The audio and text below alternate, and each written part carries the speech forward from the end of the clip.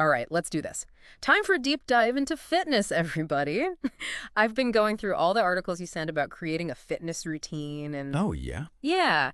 And one thing that struck me is how they all agree that it shouldn't be all about just lifting weights or just running miles. Right, They right. all seem to agree that it's got to be more well-rounded. Yeah, it's got to be more holistic. Exactly. Yeah. More holistic. So we're talking cardio, yeah, and strength training, of Yeah. course, but also flexibility and mobility. Yeah.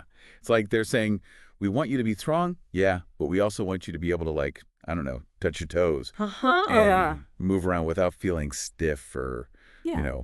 creaky. And I think they're right. It's about finding that balance, Hmm. to not just see results, but to actually feel good in your own body. I love that. It's about building a body that can, like, handle whatever life throws your way, not just one that looks good in a mirror, right? Right. And one of the articles had this really cool analogy. Yeah. They compared these different types of exercise to, like, building the foundation of a house. Oh, yeah, I remember that one. It talked about how cardio is like the concrete base, right? Mhm. You got to have that solid base for cardiovascular strength and endurance. Yeah. Yeah. And then strength training. Mhm. That's like the framing, building up those muscles, and it helps boost your metabolism too, That's right? right. And we can't forget about flexibility and mobility. They're like the plumbing and the electrical work, Yeah. making sure everything's running smoothly and preventing those annoying leaks, Mm. or in this case, injuries. Uh-huh. Yeah, love that. What I found super interesting is they didn't just tell us what each type of exercise does. Right. They dug into the WHY. Oh, why? Yeah. Like one of the articles, it went deep on how strength training, besides, making you feel like a superhero, Yeah. it actually makes your bones stronger too. Oh, yeah. It helps increase bone density, which is Yeah. huge ED, especially as we age. I mean, think about osteoporosis. Exactly. Yeah. Prevention. And then there was that article, remember, that talked about HIIT workouts. Oh, yeah. They didn't just say, oh, this is a good way to burn some calories. They got into the science behind it, Yeah. talking about how those sweet bursts of intense exercise actually keep your body burning calories even after you're done working out. Yeah, the afterburn effect. Right, the Yeah. afterburn effect. It's like you're tricking your metabolism into working overtime. Uh-huh. I like that. Tricking your metabolism. But, even with all these awesome benefits, you can't just go all out every single day. Oh, tell me about it. I learned that the hard way. Remember that time I tried to do 2 HIIT classes back to back? Oh, no? My muscles were not happy with me. I bet. That's why those articles, they were really stressing the importance of, like having a structured weekly plan and not overdoing it. Absolutely. Like you got to alternate the intensity. Yeah. Yeah, that makes total sense. It's like, imagine you're dancing, right? You're not going to go full on salsa the whole time. You need those moments of, like, a graceful waltz or even just a little pause to catch your breath. Yeah, I like that. You got to have that variety, those moments of lower intensity to let your body recover. Exactly. It's about challenging yourself, but also giving your body a chance to, rebuild and come back stronger. And speaking of recovery, you know what I found really interesting? They all talked about the importance of active recovery days. Oh, yeah. Yeah. That was cool. It's not just about, like, collapsing on the couch after a tough workout. It's about doing things that help your body recover actively. Right, like foam rolling, for example. Have you ever tried that? I haven't, but I've heard it's amazing. Oh, it is. Gotta get on that. You should. It helps release muscle tension and improve flexibility. And after a tough workout, oh, it feels so good. I'm sold. They also mentioned, gentle yoga, light swimming, even just going for a walk. All great for active recovery. So it's about keeping your body moving, but at a pace that, promotes healing and helps you avoid that muscle soreness, that dreaded DOMS. Yes. And it's not just about the physical side of recovery either. Mhm. A lot of the articles talked about sleep, Oh, yeah, sleep. Crucial. like getting those solid 7 to 9 hours every night. Because apparently that's when your body's really doing the heavy lifting, so to speak, repairing those muscles, balancing those hormones, basically getting you ready for your next workout. It's like hitting the reset button, both for your body and your mind. And you know what else they talked about? Hydration. Oh, yeah, hydration. And it wasn't just the typical drink 8 glasses of water a day advice either. It was more about, explaining how dehydration can actually make you weaker and more prone to getting hurt. Makes sense. Like, imagine trying to run a car without enough oil. It's just not going to work as well. Yeah, yeah. And they even talked about how hydration is important for our joints, Water helps keep those joints lubricated, which is pretty crucial if you want to move around without sounding like a creaky door. So we've covered cardio, strength training, flexibility, mobility, and we've talked about rest and hydration. I'm starting to see how all of these pieces work together, Yeah. to create a truly well-rounded, holistic fitness routine. It's all connected. And you know what's next, right? Right. You got to talk fuel. Oh, yeah. What we're putting into our bodies. Because you can't build a strong house with flimsy materials, right? Precisely. So we've got the exercise part down, the recovery, but now we got to talk about the fuel, right? What we're putting into our bodies. Absolutely, because crushing a workout and then fueling up with junk food just isn't going to cut it. No way. You're not going to see those results. Nope. All those articles, they were really hammering home the importance of a good diet. Yeah. Yeah, balanced and nutritious. Right. They actually broke it down, like they explained the roles of protein, carbs, and fats. And macronutrients. Yeah. And how they affect our overall health and fitness, too. Right. One article, I remember, it was describing protein as like the construction crew for your muscles. Oh, yeah. Yeah. Like after you work out, it helps repair and rebuild those muscle fibers. That makes sense. And then carbs, they're like the fuel, Yeah. They give you that quick energy you need for those intense workouts. Gotcha. And then we can't forget about the healthy fats. They're important, too. Yeah.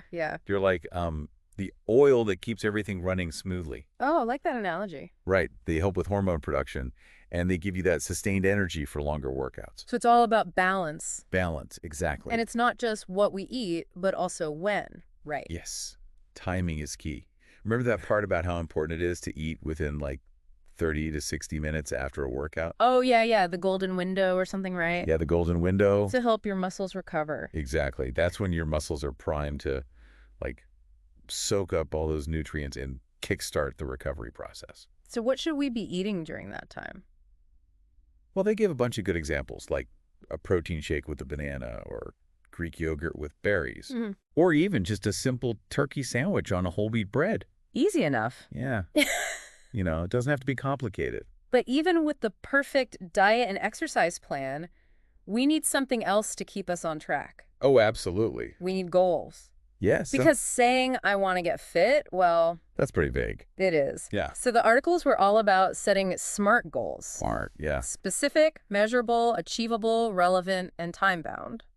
So instead of saying, I want to lose weight, right? A SMART goal would be, I want to lose 10 pounds in 3 months by working out 3 times a week and cutting out sugary drinks. I like that. Much more specific. Yeah, exactly. You got to have a clear target, something you can actually track and measure. And speaking of tracking, one of the articles recommended using a fitness journal or an app. Oh, yeah, those can be super helpful. I've actually been using a fitness app, and I gotta say, it's pretty motivating to see my progress, It is. Whether it's like the miles I'm running or the weight I'm lifting. It's encouraging, right? It is.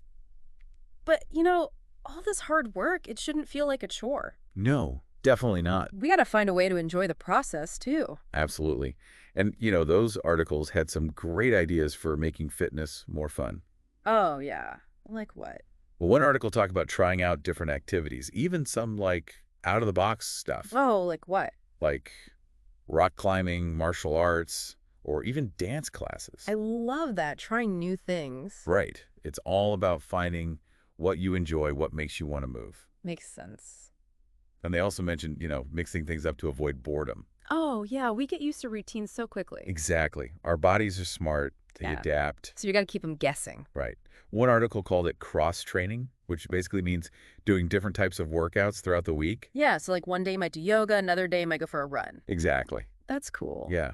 And, even with the best intentions, there will be days when we just don't feel like working out. Oh, yeah, for sure. Motivation comes and goes. It does. And the articles acknowledge that. Yeah, they did. They said it's important to have a plan for those days when you're just not feeling it. So true. And they had some great tips for staying accountable, like find a workout buddy. Oh, I love that idea. Having someone to keep you motivated. Yeah, someone to share the journey with, cheer you on, maybe even give you a little push when you need it. I had a workout buddy when I was training for that half marathon a few years ago. Yeah. I don't think I would have finished it without her. It makes a huge difference, right? Having that support system. It really does. And it doesn't have to be a friend, It could be a family member, an online community, or even a personal trainer. All good options. Yeah. And the articles also talked about celebrating the small wins. Oh, yeah, I love Like, hitting a new personal best, or even just showing up consistently week after week. it's important to acknowledge your progress. It is. Those little wins, they add up over time. They build your confidence and help reinforce those healthy habits. Absolutely. And, it's not just about being accountable to someone else, it's also about being accountable to ourselves. So true. One article suggested tracking our progress, not just for motivation, but for self-awareness too. Yeah, to understand how our body responds to different workouts. Exactly. And to make adjustments as needed. Because our bodies change, our goals change, life throws us curveballs. That's life. It is. So we got to be flexible. And the articles, they really emphasize that. They talked about having backup plans for busy weeks, shorter workouts you can do at home, and just, moving more throughout the day. Yeah, even if it's just taking the stairs instead of the elevator. Right. Little things make a difference. It all adds up. And you know what really stood out to me? They emphasized listening to our bodies. Ah, yeah. If you're exhausted, sore, or just not feeling a high-intensity workout, it's okay to rest, to take it easy. Yeah, or choose a lighter activity. Exactly. It's about finding that balance between pushing yourself and respecting your body's limits. It's a journey, not a destination, right? Exactly. And I think that's a great place to move on to the final part of our deep dive. Yeah, I agree. As we're wrapping up this deep dive into fitness, what's really sticking with me is that it shouldn't feel like a chore, you know? Yeah, I agree. It should be a celebration of what our bodies can do. I love that. And that kind of ties into something else all these articles kept talking about, self-awareness. Oh, absolutely. It's not about finding this one-size-fits-all routine, right? It's about figuring out what works for you. Exactly. Everyone's different. Yeah, everyone's got different energy levels, preferences, schedules. All that plays a role. And it's not just about forcing yourself into some crazy plan. Right. It's about listening to your body and finding what feels good and sustainable for you. I love how these articles encouraged us to experiment. Oh, yeah. They're like, try new things, see what you enjoy. Exactly. Because life is unpredictable, things change, our bodies change, so our routines should be flexible enough to change with them. And they reminded us that it's not a race. Yeah. It's a journey. It is. It's about making progress, not being perfect. I love that. Some days you might feel like you can conquer the world, and other days you might not even want to get off the couch. Uh-huh. That's real life. But what matters is that we keep showing up, keep moving, and keep trying to be the healthiest, strongest versions of ourselves. Couldn't have said it better myself.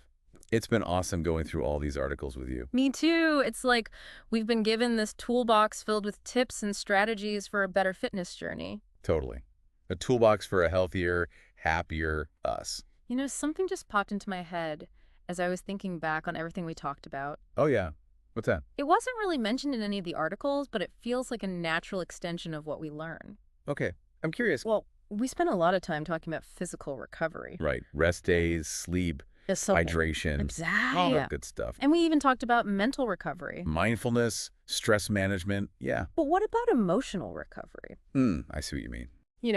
We put so much pressure on ourselves to reach those goals, to look a certain way. And when we don't, it can be tough. Exactly. We got to be kind to ourselves. Absolutely.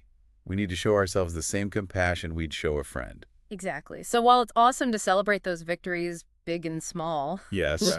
we also have to remember to give ourselves a break when things don't go as planned. Such an important reminder. It's all part of the journey. Couldn't agree more.